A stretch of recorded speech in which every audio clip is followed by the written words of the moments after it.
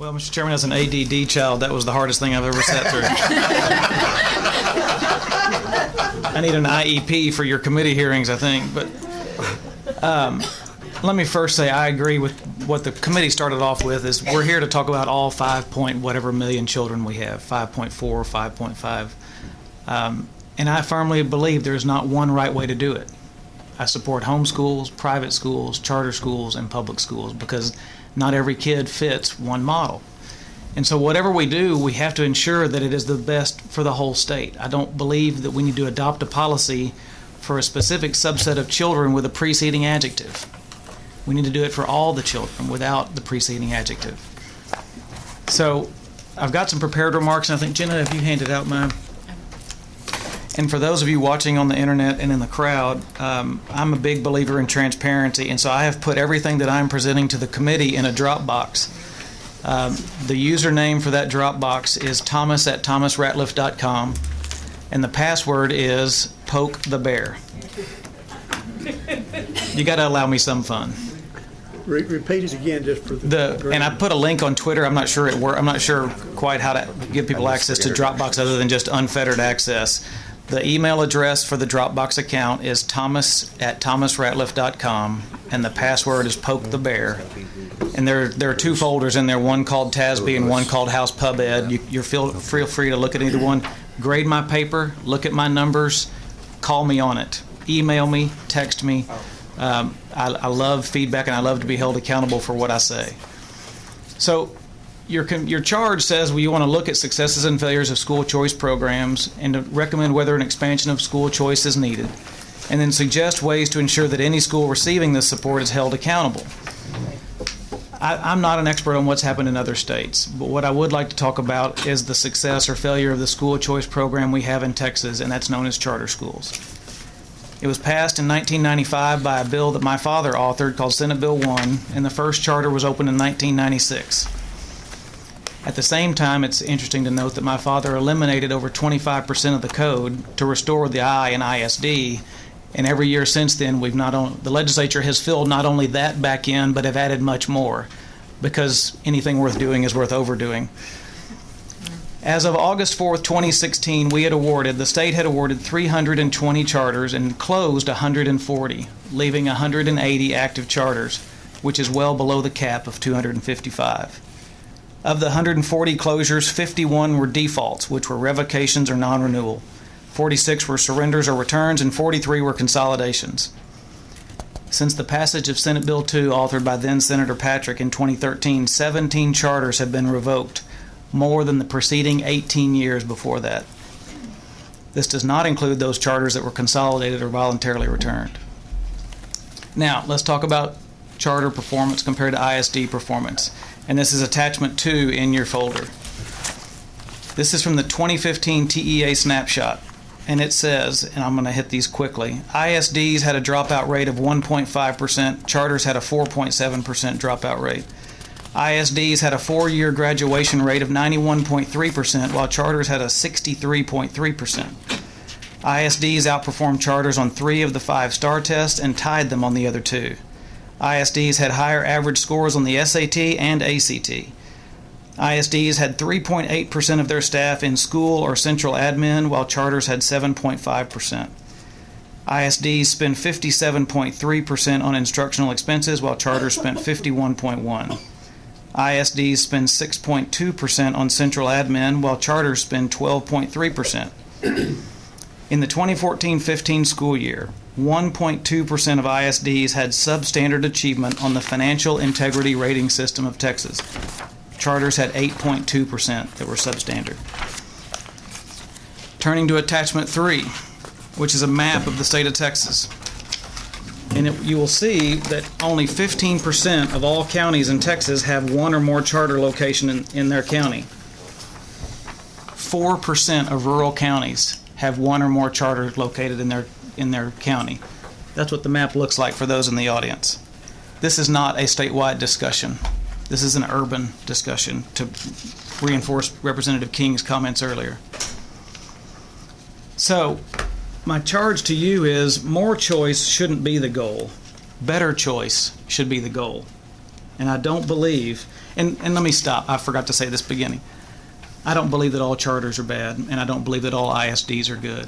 We all have our rock stars. We all have those that are not doing what they should be doing. So don't take what I'm saying as an impeachment on all charter schools. There are charter schools that save kids' lives that don't fit in the ISD model. You'll get no argument from me there.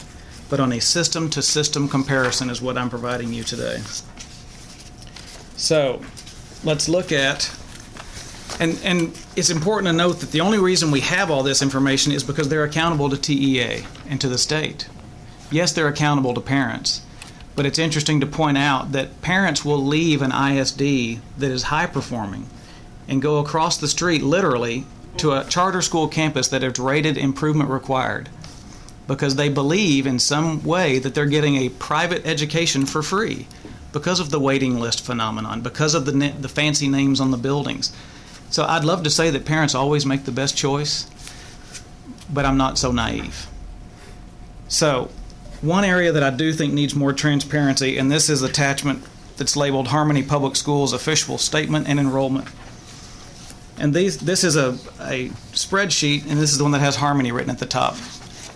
And what it shows is all of the Harmony campuses, the grades offered, the year opened, the enrollment, the student capacity, excess capacity, and their waiting list.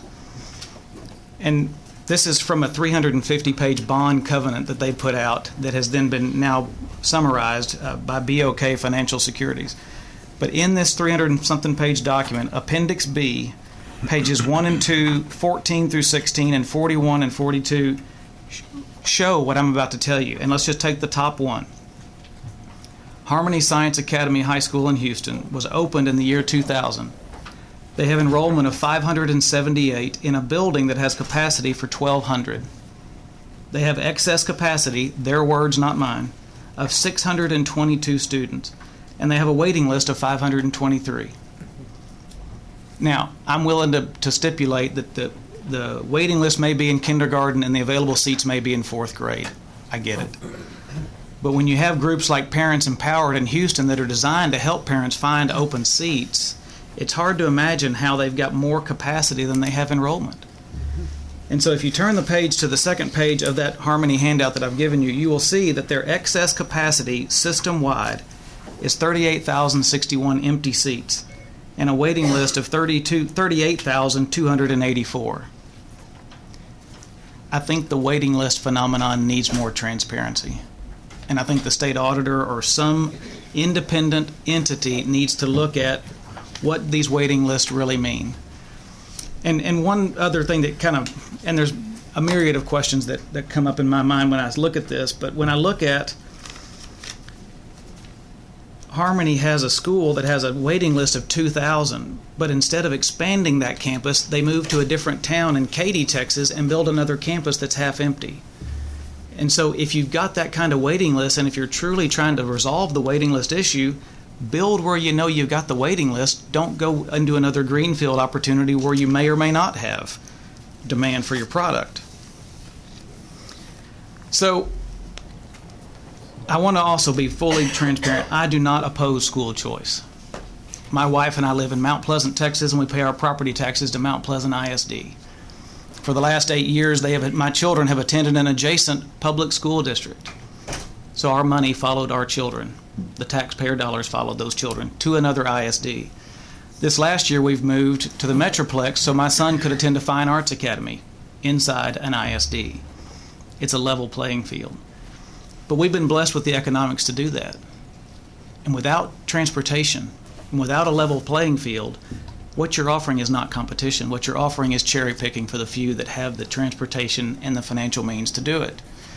But there is a plan that I think gets you close. And maybe it's because my father wrote it, but I believe that the 1995 Ratliff plan, the Senate engrossed version of Senate Bill 1, gets you pretty far down the road. And it did two main things, in addition to others. But it said if you want to receive this voucher or ESA or whatever we want to call it, if you want to receive taxpayer dollars, you've got to provide transportation from the school that child would otherwise attend due to their geography, and you can't charge more in tuition than the voucher's worth. Without those two things, you're offering rich kids a choice and poor kids a lie. Period.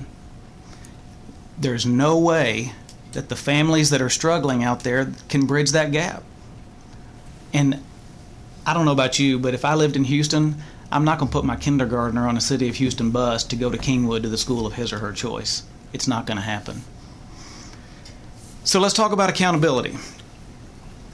We hear lots of talk about we just want to trust parents to make the best educational decision for their child, which sounds wonderful if it could only be done.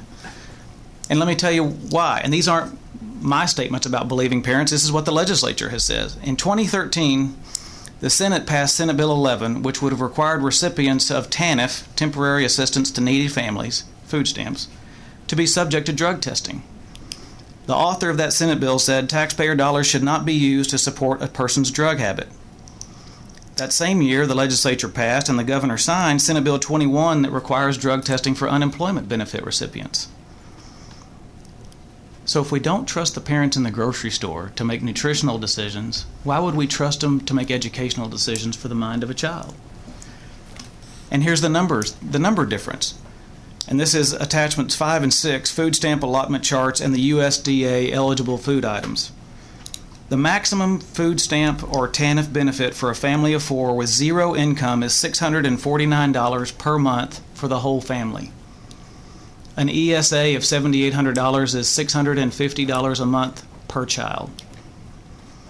So the question is, if we don't trust them not to buy Mountain Dew and Cheetos with the money, how are we going to trust them to turn around and buy the best curriculum for their child? Or use the money for a truck payment that they can deem as a educational expense? So let's talk about where that money comes from. We all hear that there's only one taxpayer in the state of Texas, and that's right. But I think we've got to be honest with when we say it's just the parents' money following their child, and who could oppose that? It sounds great, but unfortunately it applies to very, very few Texas families. So in attachments 7 and 8, what I've created is a spreadsheet. Down the left-hand column it has property values, and along the right-hand column it has sales taxable transactions per year. And what this shows, and this is at the state maximum property tax rate, and it assumes $8,500 per ADA per kid.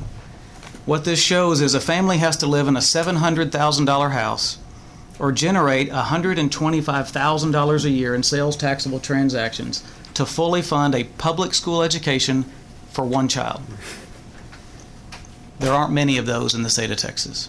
In fact, if you look at that chart, you'll see on the left-hand side there's a highlighted box, $128,900, and on the right-hand row, $51,900. Those are the median values statewide. So you can see that the median Texas family generates a combined, and this is if they spent 100% of their income on sales taxable transactions. So no groceries, no electricity. So it's not a likely number. Even if they did, they would generate $4,881 a year in total taxes, property and sales. So they get barely over halfway for one child. This is not just the parents' money following their child. It's my money, it's your money, it's the independent business down the street, it's the coal mine, it's the shopping center, it's tourism. So we need to be honest that these are general revenue dollars that benefit the general public. Attachment 7, I've done the same thing, but what I've done is I've used the $4 tax rate, which is the maximum state rate, so it would not include INS. You can still see that the median family generates $4,584, still just above half. So that's the state number. So then I've added attachment 9. I've gone into each of your districts, and I pulled this from the House website. And I pulled your demographics for your district. And since Mr. Grusendorf used to represent House District 94, I included his old House district on here just so he could see what his district looked like when he was in the House. $199,000 home value equals approximately $2,527 in property tax paid, not including any homestead exemption, and at the average of $1.27. I just invite you to look at your district and see the percentage of owner-occupied units below $199,000, and you will see it is the lion's share of your district, without exception. Representative Farney, I think you're the winner at 57%. So I want to close with an analogy. And it's a swimming pool analogy. And the analogy is, if, let's say the city of Mount Pleasant decided they wanted to build a swimming pool so all children could learn to swim. But a family comes to them and says, we don't want our kids to swim in that pool. We want to take our twice our city tax dollars so we can take that to pay part of our country club dues because they've got better lifeguards and our kids don't have to swim with some of those other children. And we have our own car so we can drive ourselves. Another family says, we don't want our kids to swim in that pool. We want twice the amount of our city taxes, and we want to home pool our children. Because we feel like we can do a better job of meeting their individual needs, and candidly, we don't want the government telling us what we can and can't teach, things like Common Core, things like C-Scope. Finally, the third family approaches the city and says, we don't want our kids to swim in that. We want to home pool our children. But unfortunately, the city council members find out that the parents really built themselves a hot tub and called it an educational expense for their child, and the child was left wanting for any education. And I don't mean to be so downtrodden on my fellow parents and our ability to trust them, but you have record votes about not trusting parents to do the right thing. You've mentioned CPS cases. We know parents are in our prisons. Parents don't always make the right decisions.